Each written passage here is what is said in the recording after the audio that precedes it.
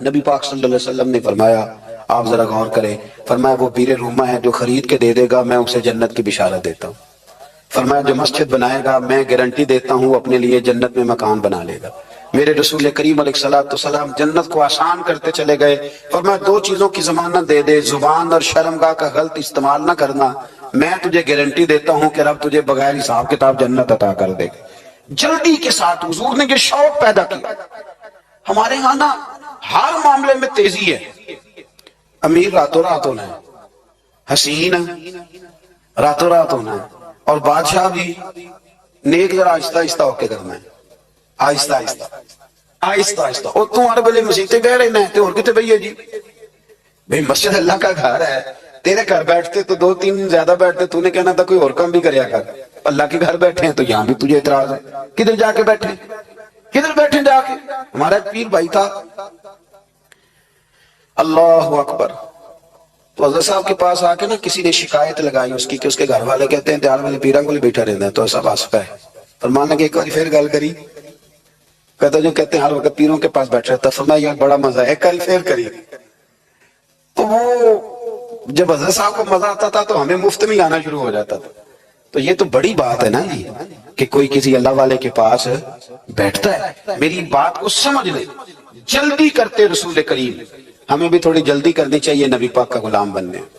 صحابہ نے بڑی جلدی کی، آپ یقین کریں ایک منٹ بھی دائیں بائیں نہیں، بس آج حکم آیا، آج ختم، آج ہی عمل ہوگا، کل پرسوں کی بات کوئی نہیں۔ ساری دنیا جاتی ہے نا مدینہ شریف اور جا کے دیکھتی ہے مسجد قبلتین، دو قبلوں والی مسجد، یار بڑا مشکل کام ہے، بڑا مشکل کام ہے۔ لوگ کہتے ہیں پہنا تسی انجان دے سو، اب یہ کہنا شروع کر دیے بڑا مشکل کام ہے۔ حضور نے 4 رکعتوں والی نماز دو ادھر منہ کر کے پڑھائی اور پھر 2 رکھتے ہیں، اور یار مشکل ہے کام، بڑا مشکل۔ یہاں تو میرے بھائی پگڑی کا سٹائل بدل ناراض ہو جاتے، اور میرے رسول کریم صلی اللہ علیہ وسلم نے کعبے کا رخ ہی پھیر لیا تو سلام کے بعد صحابہ نے سوال نہیں کیا۔ کسی نے پوچھا کل تم نے 2 ادھر پڑھی تھی آج 2 ادھر پڑھی، انہوں نے کہا ہم نے قبلہ نہیں دیکھا، ہم نے تو یہ دیکھا امام کدھر جا رہا ہے۔ حاجیو آؤ شہنشاہ کا روضہ دیکھو، کعبہ تو دیکھ چکے اب کعبے کا بھی کعبہ دیکھو۔ جلدی کریں، وقت بڑا تھوڑا ہے، بیماری فٹافٹ آ جاتی ہے کچھ پتہ نہیں چلتا، کمزوری فٹافٹ آ جاتی ہے کچھ پتہ نہیں چلتا، بہت سارے حالات ہیں جو جلدی خراب ہو جاتا۔ نبی پاک صلی اللہ تعالی علیہ وسلم نے اپنی امت کو بڑی ساری خیر اللہ سے لے کے دی، ہمارا دین بڑی جلدی مکمل ہوا، 23 سالوں میں مکمل دین حضور نے ہمیں عطا فرمایا۔ اور پھر ایک اور مزے کی اور لطف کی بات یہ کہ ایک ہے کہ جنگیں بھی ہو رہی ہیں، ہم کہتے ہیں جی آرام سے بیٹھیں گے تو دین کی بات کریں گے، جنگیں بھی جاری ہیں، بدر ہے، احد ہے، آخر دم تک۔ جس دن سرکار کا وصال ہوا اس دن بھی نبی پاک صلی اللہ علیہ وسلم نے لشکر روانہ کیا، اس دن بھی لشکر روانہ کیا، جنگیں بھی ہو رہی ہیں، اور ساتھ ساتھ رسول پاک نماز، عبادت، تہجد، مسواک، شریعت، دین، تقوی، پرہیزگاری، ان ساری باتوں کا درس بھی بیان فرما رہے ہیں۔ ہم کہتے ہیں جی وہ فلانے حالات ٹھیک ہو جائیں گے کاروباری تو پھر میں مسجد ہوں، بھئی حالت جنگ میں بھی جنگ بھی چلتی رہتی تھی، تہجد بھی چلتی رہتی تھی، وہاں یہ حال تھا کہ وہاں پریشانی بھی چلتی رہتی تھی اور درود و سلام بھی چلتا رہتا تھا۔ اور ارشاد یہ فرمایا ہے کہ نبی پاک داعیے اللہ ہیں اور سراج منیر ہیں، اور ہمیں یہ حکم دیا گیا ہے کہ تمہارے لیے نبی پاک کی زندگی میں بڑا بہترین نمونہ ہے، صرف نمونہ نہیں، اسوۃ حسنہ، بہترین نمونہ، حسین و جمیل نمونہ ہے حضور کی زندگی میں۔ نبی کریم سید عالم صلی اللہ تعالی علیہ وسلم کا محتاج ہے سارا جہان، چلے نہ ایمان 2 قدم بھی اگر تیرا ہم سفر نہ ٹھہرے، اور تیرا حوالہ دیا نہ جائے تو زندگی معتبر نہ ٹھہرے۔ ساری دنیا جناب رسالت معاذ صلی اللہ علیہ وسلم کی محتاج ہے۔ آپ اس بات کو سمجھ لیں کہ بڑے ذوق سے، شوق سے، اور ممکن ہے دیانتداری سے بھی کوئی کہہ دے لا الہ الا اللہ، لا الہ الا اللہ، تو وہ مومن نہیں ہو سکتا جب تک کہ محمد رسول اللہ نہیں کہہ دیتا۔ اللہ کریم نے ایک اصول بیان کر دیا ہے کہ ایمان ذات رسالت معاذ صلی اللہ علیہ وسلم کی لائی ہوئی چیزوں کو ماننے کا نام ہے۔ جس آدمی کو پتہ ہوتا ہے نا کہ یہ میرا آفیسر ہے اور میں اس کے ماتحت چل کے میں نے وقت گزارنا ہے، تو وہ کئی جتن کرتا ہے اس کو راضی کرنے کی. اس کا محتاج جو ہے اس کی کوشش ہوتی ہے کہ وہ اس سے راضی رہے، کوئی ایسی بات نہ ہو جائے جس سے وہ ناراض ہو جائے. جس آدمی کو پتہ ہوتا ہے کہ میں نے اس سے سودا خریدنا ہے، یہ نہیں دے گا تو میری دکان نہیں چلے گی، تو وہ بھی کوشش کرتا ہے. ہماری اکثر شادیاں سیاسی ماحول بن جاتی ہیں، ہمارے اکثر افطار کے پروگرام سیاسی، ہم انہی لوگوں کو بلاتے ہیں جن سے ہمارا لین دین وابستہ ہوتا ہے، ہماری ضروریات زندگی وابستہ ہوتی ہیں. صرف ایک فکر آپ کی خدمت میں عرض کرنا چاہ رہا ہوں، آپ اس پہلو کو ضرور سمجھ لیں کہ عام دنیا داری میں انسان جس کا محتاج ہوتا ہے اس کے لیے بڑے جتن کرتا ہے، اس کے لیے بڑی کوششیں کرتا ہے. تو اگر دنیا داری کے لیے جہاں آپ اتنی کوشش کرتے ہیں، تو جن کے آپ ایمان کے لیے بھی محتاج ہیں، ایقان کے لیے بھی محتاج ہیں، اچھی زندگی کے لیے بھی محتاج ہیں، اور جنت میں جانے کے لیے بھی محتاج ہیں، ان کے لیے کس قدر زیادہ کوشش کرنی چاہیے، کس طرح کا رویہ اختیار کرنا چاہیے. آپ اگر صحابہ کرام علیہم رضوان کی زندگی کو دیکھیں تو انہوں نے نا موقوف کر دیا ہر چیز کو. ہمارے ہاں ایک لفظ بولا جاتا ہے انشراح صدر، اس کا مطلب ہوتا ہے سینہ کھل جانا. کچھ لوگوں کے سینے کھلتے نہیں، ساری زندگی سینے بند رہتے ہیں، کوئی چیز اندر داخل نہیں ہوتی. دریا بھی قریب بہہ رہا ہو تو بیچارے خشک رہ جاتے ہیں. کچھ لوگوں کو اللہ انشراح صدر عطا کرتا ہے، انہیں سمجھ آ جاتی ہے کہ میرا نا علاج کیا ہے. یہ بتائیے کہ مریض بہت زیادہ خطرناک کون سا ہوتا ہے؟ جس کے مرض کی تشخیص نہیں ہوتی، جسے یہ پتہ نہیں چلتا کہ میرا مرض کیا ہے اور میرا طبیب کیا ہے اور میں نے دوائی کون سی کھانی. نبی کریم صلی اللہ علیہ وسلم کے غلام حضور کے صحابہ سمجھ گئے تھے کہ ہماری ہر بیماری کا حل ہمارے نبی کی بارگاہ میں موجود ہے. وہ سمجھ گئے. انہوں نے نا پھر دائیں بائیں نہیں دیکھا، الجھے نہیں کسی جگہ سے. ہم بڑے سمجھدار لوگ ہیں لیکن ہم الجھے ہوئے ہیں. ہماری منصوبہ بندی بڑی لمبی چوڑی ہے. میں رات پڑھ رہا تھا، سیدنا غوث پاک رضی اللہ تعالیٰ عنہ کے گھر میں جب بھی کوئی بچہ پیدا ہوتا تھا نا تو آپ اسے ہاتھوں پہ اٹھا کے فرماتے تھے تو میت ہے، تو ایک دن مر جائے گا. میں تیرے ساتھ پیار ضرور کروں گا، محبت ضرور کروں گا، پر ہے تو میت، تو ایک نہ ایک دن مجھے چھوڑ کے چلا جائے گا. تو فرماتے تھے میں تجھ سے پیار ضرور کروں گا پر سب سے زیادہ پیار اس سے کروں گا جو حی بھی ہے اور قیوم بھی ہے، جس کو کبھی موت ہے اس سے بڑھ کر پیار کروں گا. میرے عزیز، اگر انشراح صدر مل جائے، اگر ذوق نصیب ہو جائے کہ سارا کچھ حضور کے قدموں سے وابستہ ہے، پھر زندگی آسان بھی ہو جاتی ہے اور بہت ساری دوڑ زندگی میں ختم ہو جاتی ہے. انسان بڑے دروازے چھوڑ کے ایک دروازے کی طرف آ جاتا ہے، اسے سکون نصیب ہو جاتا ہے. رسول کریم صلی اللہ علیہ وسلم کے ہم محتاج ہیں. جتنے ہمارے دکھ ہیں نا دور دراز پھیلے ہوئے، ان سب دکھوں کا مداوا حضور کے قدموں میں بیٹھ جانا.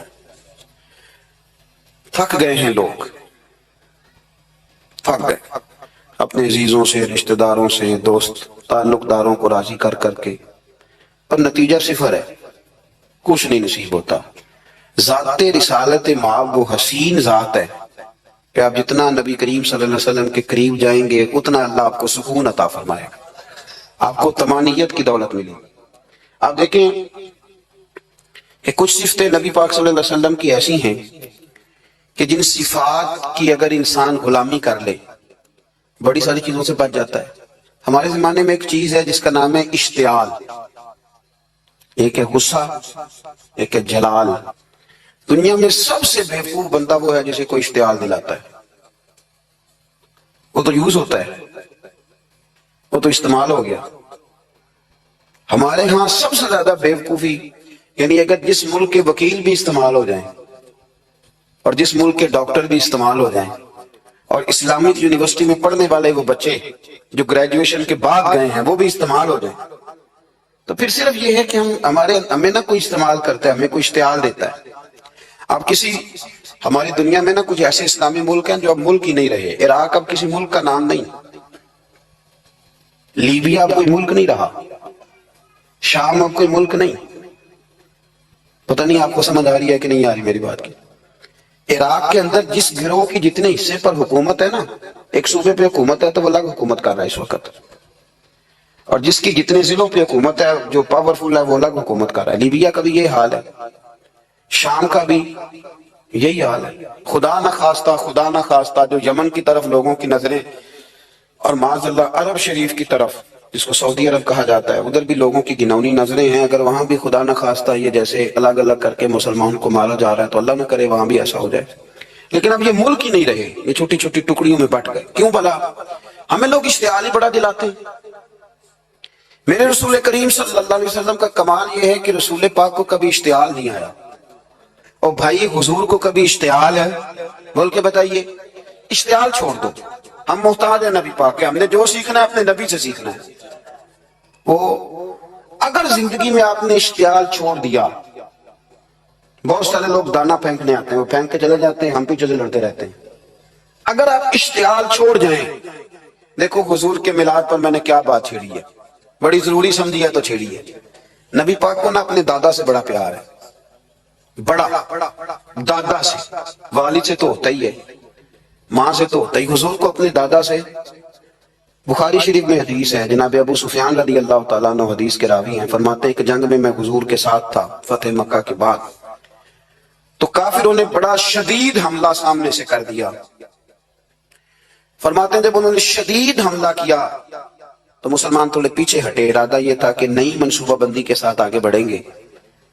کہتے میں نے نبی پاک صلی اللہ علیہ وسلم کے گھوڑے کی لگام تھامی ہوئی تھی، صحابہ پیچھے ہٹے پر حضور نہیں پیچھے ہٹے، اور آگے بڑھے تو میں نے کہا یا رسول اللہ سب لوگ پیچھے ہٹ رہے ہیں، ذرا پیچھے ہٹ کے نئی حکمت عملی، نئی تازگی کے ساتھ وار کریں گے تاکہ مقابلہ کر سکے۔ تو جنگ کا موقع ہے، جنگ کا وقت ہے، اور حضور وہاں نعرہ کیا لگاتے ہیں؟ فرمایا پیچھے نہیں ہٹنا۔ کیوں؟ انا النبی لا کاذب، انا ابن عبد المطلب لا کاذب، فرمایا پیچھے نہیں ہٹنا ہے۔ ایک تو اس لیے نہیں ہٹنا کہ میں نبی ہوں اور یہ بھی سچ ہے، اور اس لیے بھی پیچھے نہیں ہٹنا کہ میں کوئی معمولی آدمی نہیں، میں عبد المطلب کا پوتا ہوں۔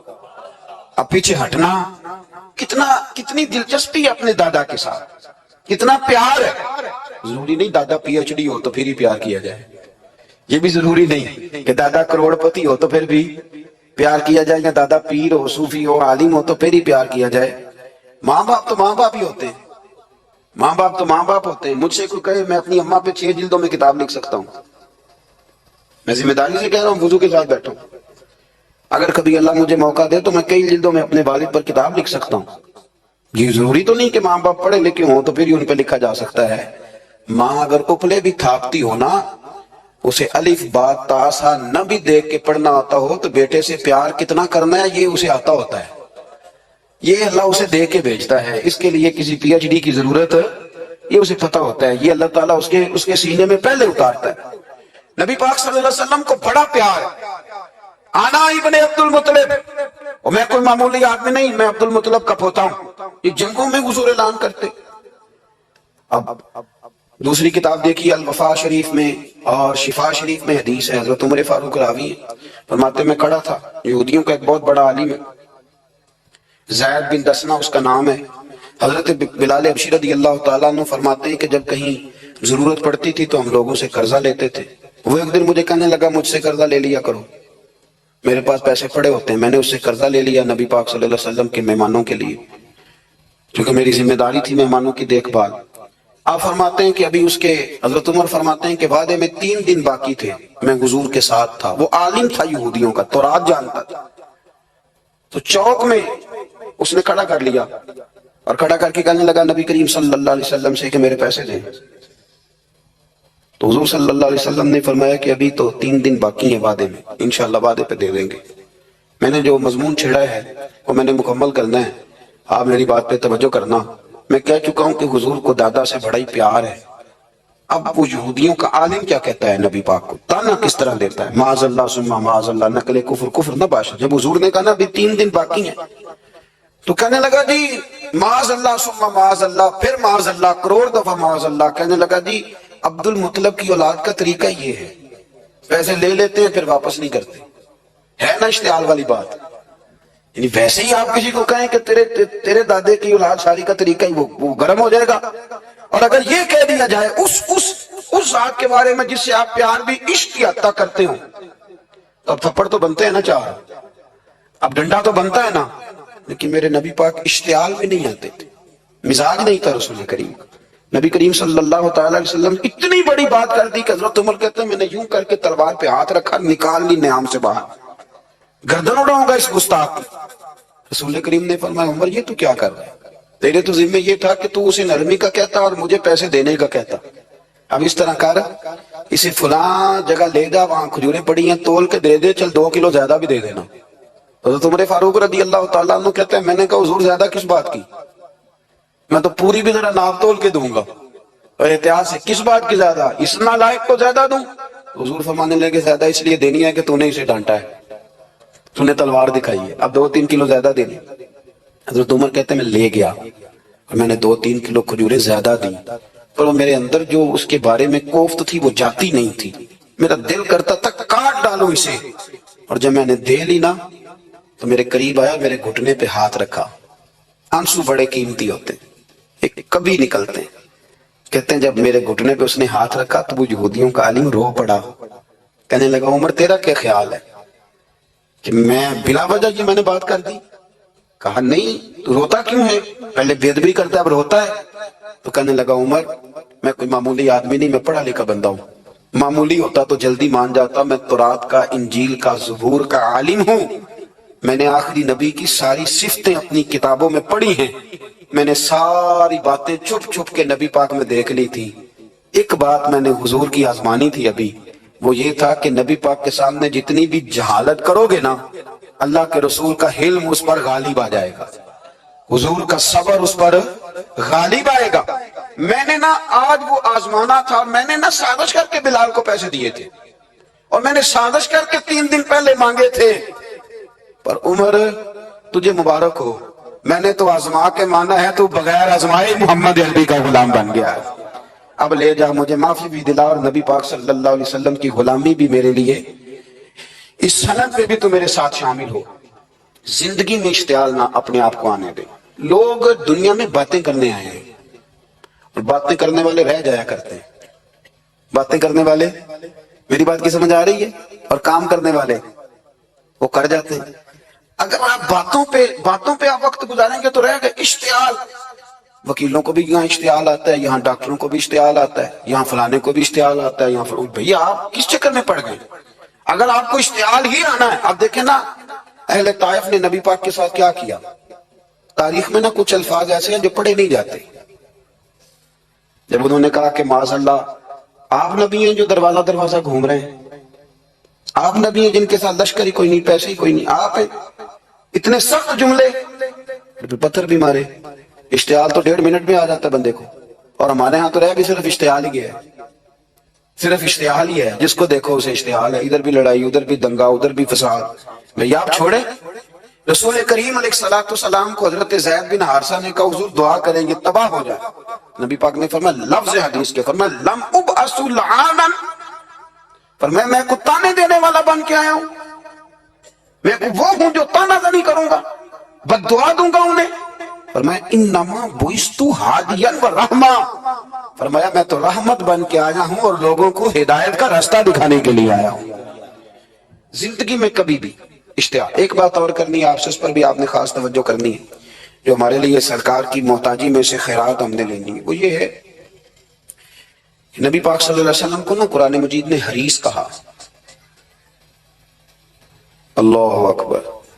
یہاں شاید آپ مجھے کہہ دیں تو میں ناراض ہو جاؤں, لیکن قرآن نے کہا حریص علیکم بالمؤمنین رؤوف الرحیم. اللہ کرے کہ ہم قرآن کے الفاظ پر غور کریں. حریص علیکم, اے میرے محبوب کے غلاموں, نبی پاک صلی اللہ علیہ وسلم نا تم پر حریص ہیں, یعنی تمہاری بھلائی چاہنے میں جلدی کرتے ہیں, تمہاری بھلائی چاہنے میں.